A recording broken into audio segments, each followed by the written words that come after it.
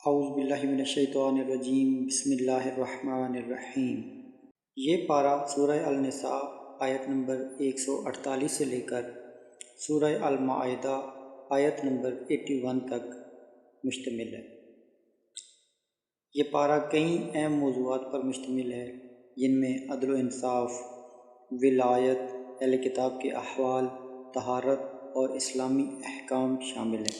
اس میں جو اہم موضوعات بیان ہوئے ہیں ان میں سے چند ایک اہم موضوعات کا تذکرہ کرتے ہیں۔ نمبر 1، عدل و انصاف اور قول حق کی اجازت۔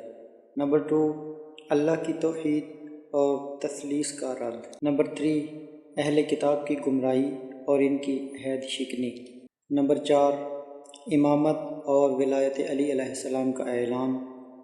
نمبر 5، تحریم مردار، خون اور خنزیر کا گوشت۔ نمبر 6، اسلامی معاشرتی قوانین اور قصاص کا حکم۔ نمبر 7، یہود و نصارہ سے دوستی کی ممانعت۔ نمبر 8، اہل کتاب کے عقائد کی تردید اور قیامت میں ان کی رسوائی۔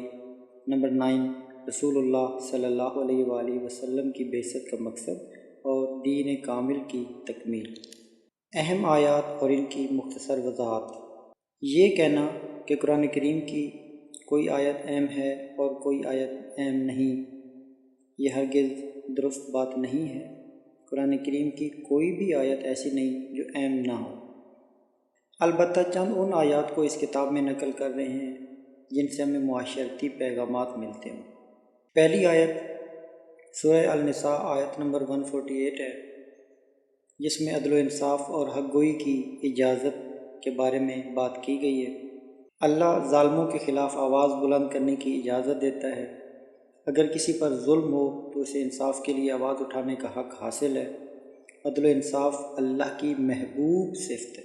اگلی آیت ولایت علی علیہ السلام اور دین کی تکمیل کے بارے میں ہے، جو کہ سورہ المائدہ آیت نمبر 55 کے اندر بیان ہوا کہ انما ولیکم اللہ ورسولہ والذین آمنوا الذین یقیمون الصلاۃ ویؤتون الزکاۃ وہم راکعون۔ اللہ، رسول صلی اللہ علیہ وآلہ وسلم اور امام علی علیہ السلام کی ولایت کو قبول کرنا دین کا بنیادی اصول ہے۔ زکوٰۃ کی حالت رکوع میں ادائیگی حضرت علی علیہ السلام کی شان ولایت کی دلیل ہے۔ دین کی تکمیل اور ہدایت کا دار و مدار اہل ولایت کی اطاعت پر ہے۔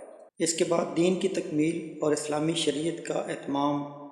سورہ المائدہ آیت نمبر 3 میں یہ آیت غدیر خم کے دن نازل ہوئی، یعنی الیوم اکملت لکم دینکم واتممت علیکم نعمتی ورضیت لکم الاسلام دینا۔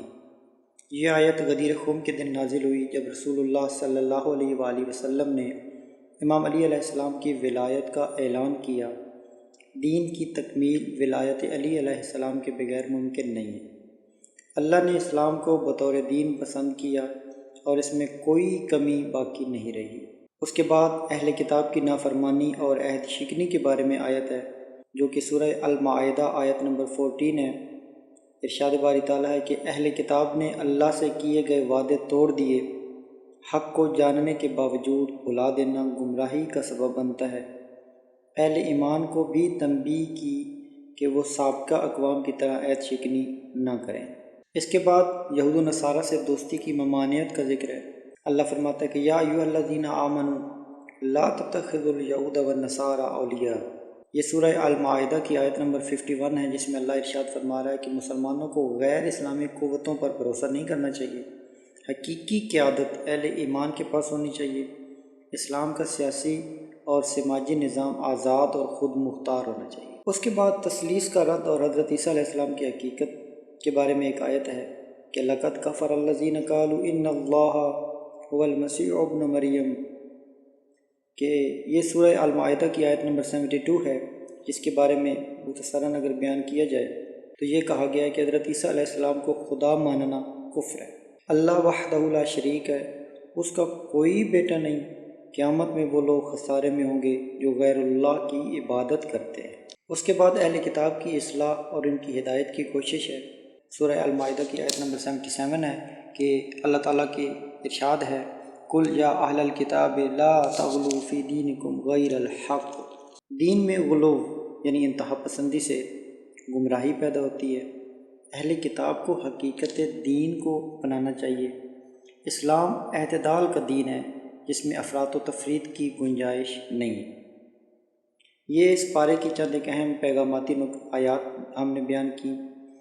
اس پارے کا خلاصہ اگر بیان کیا جائے تو عدل و انصاف ہر مسلمان کی ذمہ داری ہے اور مظلوموں کو حق دیا جائے۔ اس کے بعد ولایت علی دین کا بنیادی اصول ہے اور یہی دین کی تکمیل کا سبب بنی۔ اور اس کے بعد اسلام ایک مکمل ضابطۂ حیات ہے جس میں کوئی کمی نہیں۔ اہل کتاب کی نافرمانی اور گمراہی کا ذکر تنبیہ کے طور پر کیا گیا ہے تاکہ مسلمان سبق حاصل کریں۔ یہود و نصارہ سے دوستی کے معاملے میں احتیاط برتنی چاہیے تاکہ اسلامی تشخص برقرار رہے۔ حضرت عیسیٰ علیہ السلام کو خدا کا بیٹا کہنا کفر ہے اور اس عقیدے کو قرآن نے سختی سے رد کیا ہے۔ دین میں انتہا پسندی سے اجتناب ضروری ہے تاکہ حقیقی دین کی پیروی کی جا سکے۔